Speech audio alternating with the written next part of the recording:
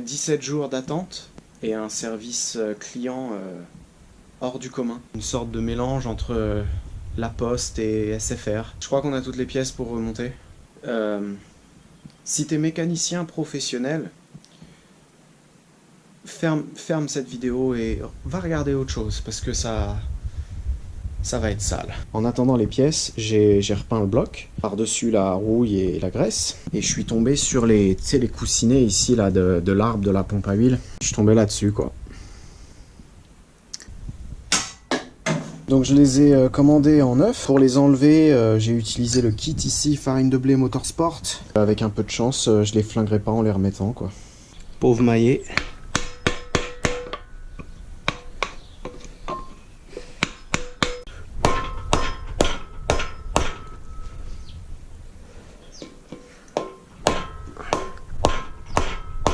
Au début je voulais les mettre bien en face de ce trou là, mais en fait tu peux pas vraiment quoi, d'origine c'est un peu comme ça. Si tu les mets par là, l'arbre il tourne même pas. Putain.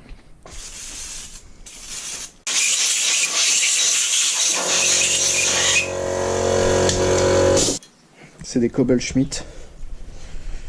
Parce que ils coûtaient 11 €. En fait c'était les moins chers quoi. Ça aurait été bien d'avoir du truc d'assemblage là. Dès que tu fais tourner ton moteur, en gros l'espèce de truc rouge là d'assemblage il va dans le bas carter, faut que tu refasses une vidange tout de suite et puis ça coûte une blinde et de toute façon j'en ai pas. Le vilebrequin, j'ai fait une petite métrologie.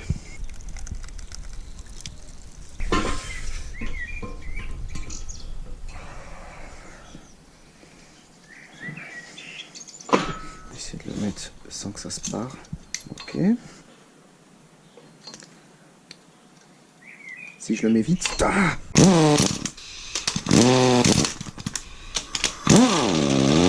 pourquoi elle prend pas celle-là?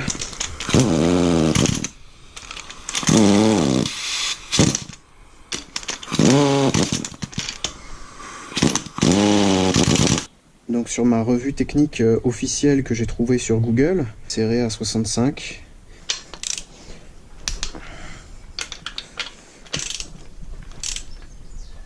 Ok. Donc on va renlever le 2.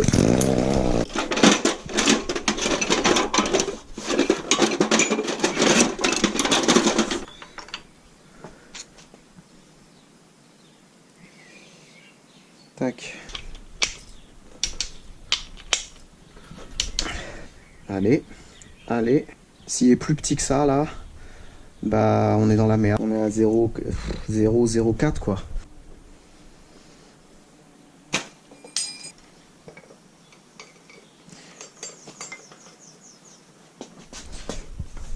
On va essayer de pas claquer trop le truc. 30 Nm.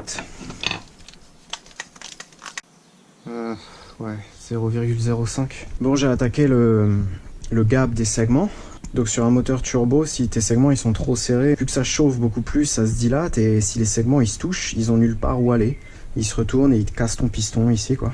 J'ai pris des specs c'était aux States, donc tu sais c'est en inch, 60 sur le premier, 70 sur le deuxième. J'ai cru que j'allais baiser le système parce que sur l'ABF du cabanon nazi, il y avait 70 déjà sur le deuxième et sur celui-là, sur le premier, il y avait déjà 60. Sauf que les segments là de celui-là, je sais pas si ça se voit sur la caméra, mais il manque de la matière sur les côtés. Donc j'ai pris ceux qui faisaient 40 là, donc je vais le limer jusqu'à que 60 ça passe.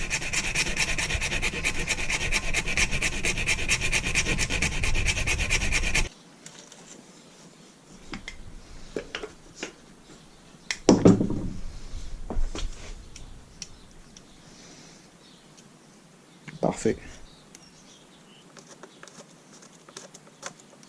Voilà.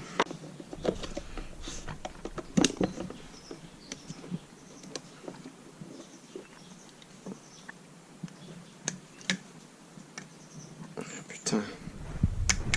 Merde, je l'ai mis à l'envers ce truc là.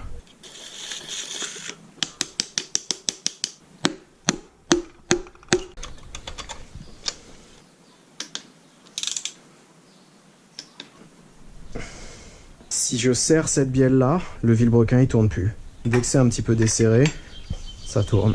Il se pourrait que j'ai peut-être inversé le capuchon 4 et le capuchon 3. T'as pas besoin de changer les vis. Oh merde. Bon, je t'avoue que celle-là, elle m'a paru un peu chelou.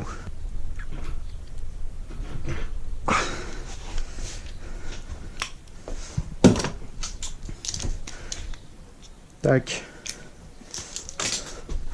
Voyons cela. Bon bah apparemment c'est quand même mieux quand tu mets le bon palier avec la bonne bielle. Hein. Comme ça. Et ça va par-dessus normalement. Normalement.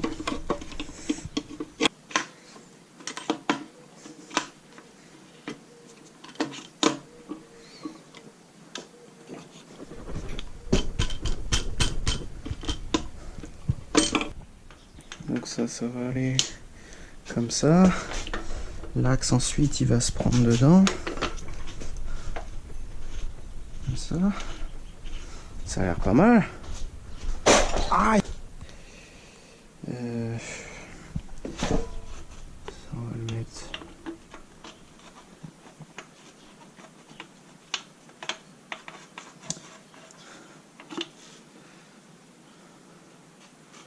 Bon, je l'ai peut-être mis à l'envers en fait. J'ai même repeint la fourchette et tout, mais là c'est plus de la mécanique, c'est de l'art.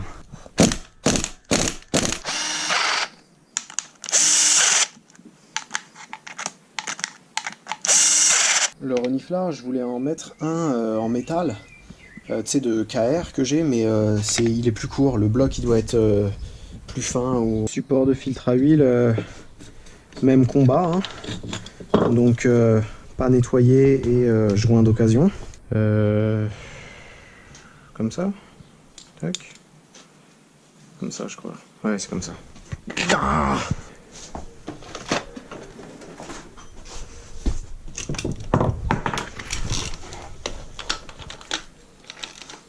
33 Nm. Le filtre Febi à 2,60 €. La pompe à eau, je l'ai changée. Espèce de turbine qu'il y a à l'intérieur, d'origine elle est en plastoc. Et sur les Febi comme ça, c'est en métal. Donc est-ce que c'est mieux? J'en sais rien. J'ai mis de la pâte sur le Calorstar là parce que ça fuit tout le temps en fait. Mais ce serait pas une Golf GTI ça, putain? Ouh! Ouh! Ça va où ça?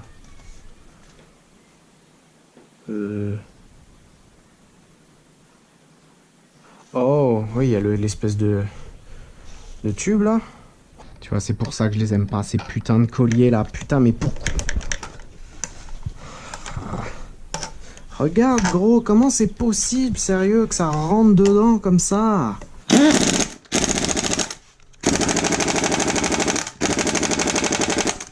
Allô? Tango 2 demande outil de levage. J'arrive dans une dizaine de minutes, c'est bon? Bon, ça ira.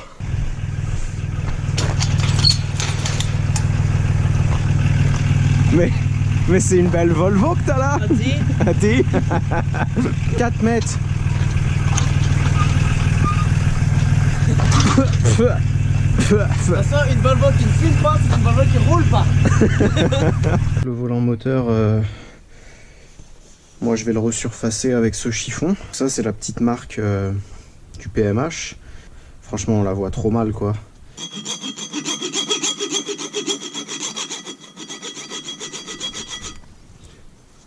Normalement si ici on est à peu près au PMH, le volant moteur, l'espèce de petite marque, elle devrait être vers le haut. Oh.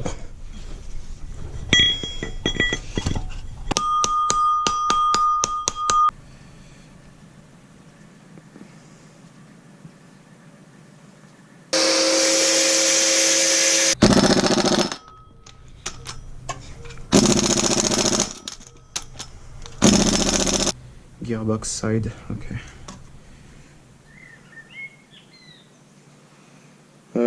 Bon, je Je vais faire comme si j'avais rien vu. Le plus bel outil de centrage de tous les temps. Là, je peux pas faire mieux. C'est littéralement une boîte.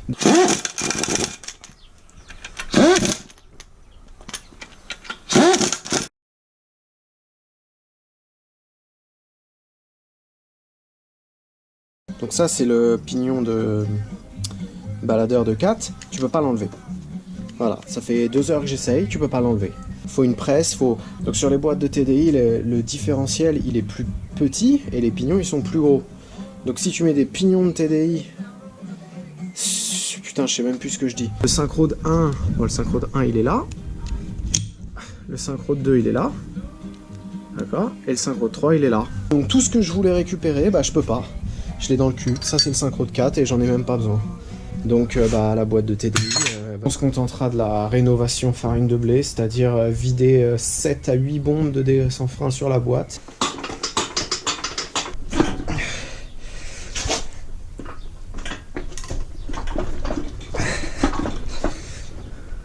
Et merde. Ok.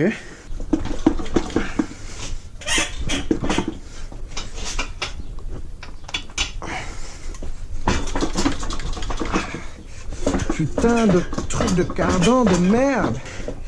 Oh oui.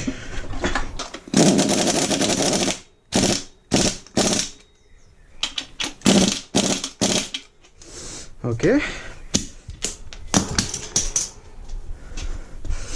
On va pouvoir remettre ça du coup.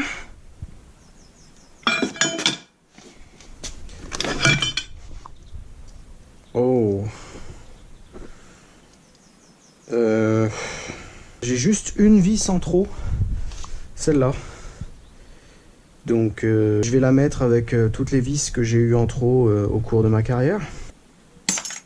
Donc sur la voiture, j'ai fait 2-3 trucs quand même. J'ai traité la rouille ici parce que tu sais, l'acide de la batterie, il commençait à tout bouffer. La pression de direction assistée a été refaite avec un tuyau transparent tellement c'est la classe, tu vois le liquide qui passe d'un côté à l'autre. Franchement, quand j'ai vu ce que j'avais fait, j'avais honte. Donc j'ai enlevé ce cardan là aussi pour avoir un peu plus de place, mais pas celui-là. Du coup je vais voir si ça passe quand même. J'ai même mis une petite équerre ici, tu vois, pour pas que la tringlerie elle puisse toucher le pot, parce que bah ça touchait tout le temps.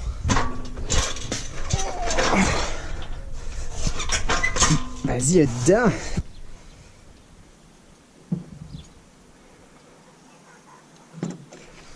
Ouais. Peut-être que enlever les vis qu'il y a déjà sur le support moteur, ce serait une bonne idée. Évidemment. Ouais.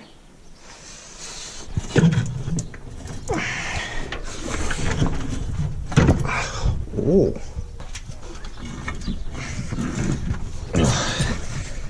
Okay.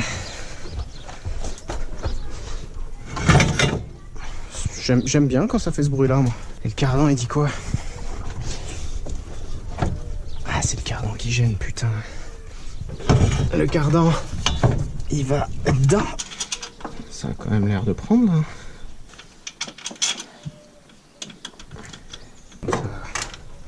Ça c'est juste pour pas la paumer. Bon.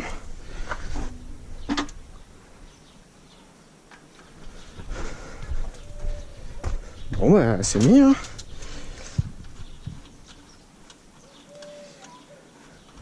J'en ai pas chié tant que ça. Bon bah moi c'est bon, hein, j'ai eu ma dose pour aujourd'hui. Le bloc il est dedans, il est fini. Cette bagnole elle va être rodée en Atmo d'abord pour être sûr que tout marche bien avant de mettre le kit turbo. Donc j'ai pas fait le retour dans le carter d'huile et bah, y a encore le collecteur Atmo quoi. L'espèce de joint de bas carter que j'ai mis, ça vient d'un Golf 3 GTD, c'est pour essayer de réduire la pression qu'il va y avoir dans le bas moteur et aussi pour éviter que la pompe à huile elle gobe de l'air, des bulles quoi. Les coussinets, tout ça, j'avais pas vraiment le choix, ils étaient vraiment flingués ceux que j'ai enlevés. Les segments ils sont gapés donc ça devrait pas poser de problème. Il n'y a pas eu de bielle renforcée ni d'embrayage renforcé. Je veux vraiment voir c'est quoi la limite de cette config là. Tout le monde n'a pas les thunes pour mettre des bielles renforcées, des pistons basse compression forgés, un embrayage renforcé, des coussinets trimétal, remachiner le bloc et tout. Essayez de voir si ce moteur-là, juste décompressé tout d'origine, il peut sortir, je sais pas, 300, 350, etc. Donc un immense putain de merci à tous les nouveaux abonnés, les j'aime, les commentaires et tout, ça me fait super plaisir. Et on se voit pour la suite. Massacrage de la culasse et le rodage à 7750 tours minute, coupure allumeur.